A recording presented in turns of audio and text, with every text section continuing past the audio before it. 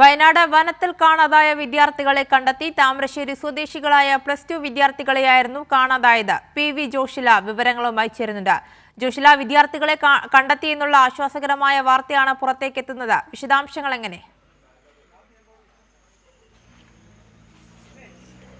അല്പസമയം മുമ്പാണ് വിദ്യാർത്ഥികളെ കണ്ടെത്തിയത്.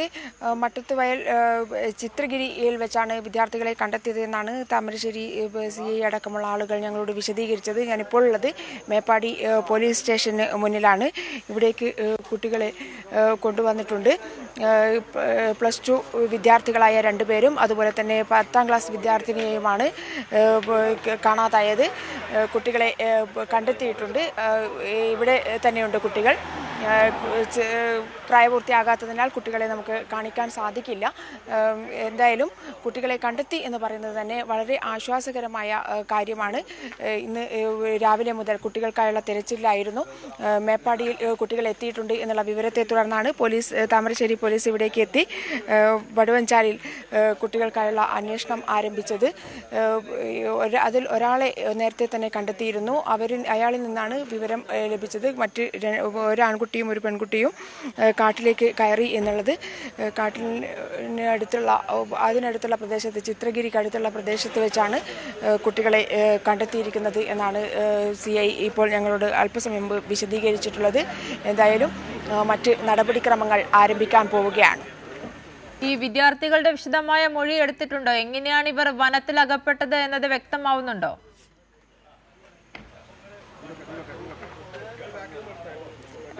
മറ്റ് വിവരങ്ങളൊന്നും തന്നെ വിദ്യാർത്ഥികളെ കിട്ടിയതേയുള്ളൂ. ഇവിടേക്ക് കൊണ്ടുവന്നതേയുള്ളൂ.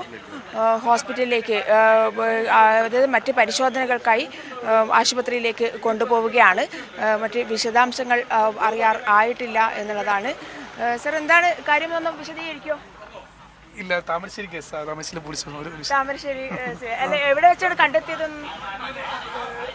ചിത്രഗിരി വെച്ചാണ്. താമരശ്ശേരി പോലീസാണ് ഇതിൻ്റെ വിശദാംശങ്ങൾ നൽകേണ്ടത്. എന്തായാലും മേപ്പാടി CI ആണ് നമ്മളോട് ഇപ്പോൾ കാര്യങ്ങൾ വിശദീകരിച്ചിട്ടുള്ളത്. ചിത്രഗിരി വെച്ചാണ് കണ്ടെത്തിയത് എന്നുള്ളത്. കുട്ടികളെ അങ്ങോട്ടേക്ക് കൊണ്ടുപോവുകയാണ്, ഹോസ്പിറ്റലിലേക്ക് കൊണ്ടുപോവുകയാണ്. ഹോസ്പിറ്റലിൽ പരിശോധന നടത്തേണ്ടതുണ്ട്, വൈദ്യപരിശോധനയ്ക്ക് വിധേയമാക്കേണ്ടതുണ്ട്. അതിനുശേഷം ആയിരിക്കും എല്ലാ കാര്യങ്ങളും വിശദീകരിക്കുക.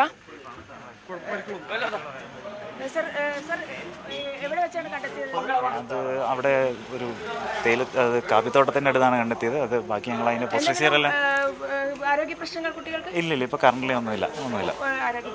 കുട്ടികൾക്ക് ആരോഗ്യ പ്രശ്നങ്ങളൊന്നുമില്ല എന്നാണ് പോലീസ് വിശദീകരിക്കുന്നത്. എന്നാൽ പോലും അതിൻ്റെ ഒരു പ്രാഥമിക ഘട്ടം എന്ന് പറയുന്നത് പോലെ തന്നെ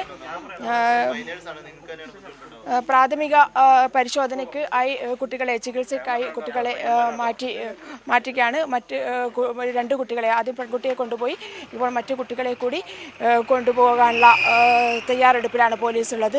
ആദ്യത്തെ പ്രാഥമിക പരിശോധന നടത്തേണ്ടതുണ്ട് ആശുപത്രിയിൽ. അതിനുള്ള ശ്രമത്തിലാണ്. 2 കുട്ടികളെ കൂടി ആശുപത്രിയിലേക്ക് കൊണ്ടുപോവുകയാണ്.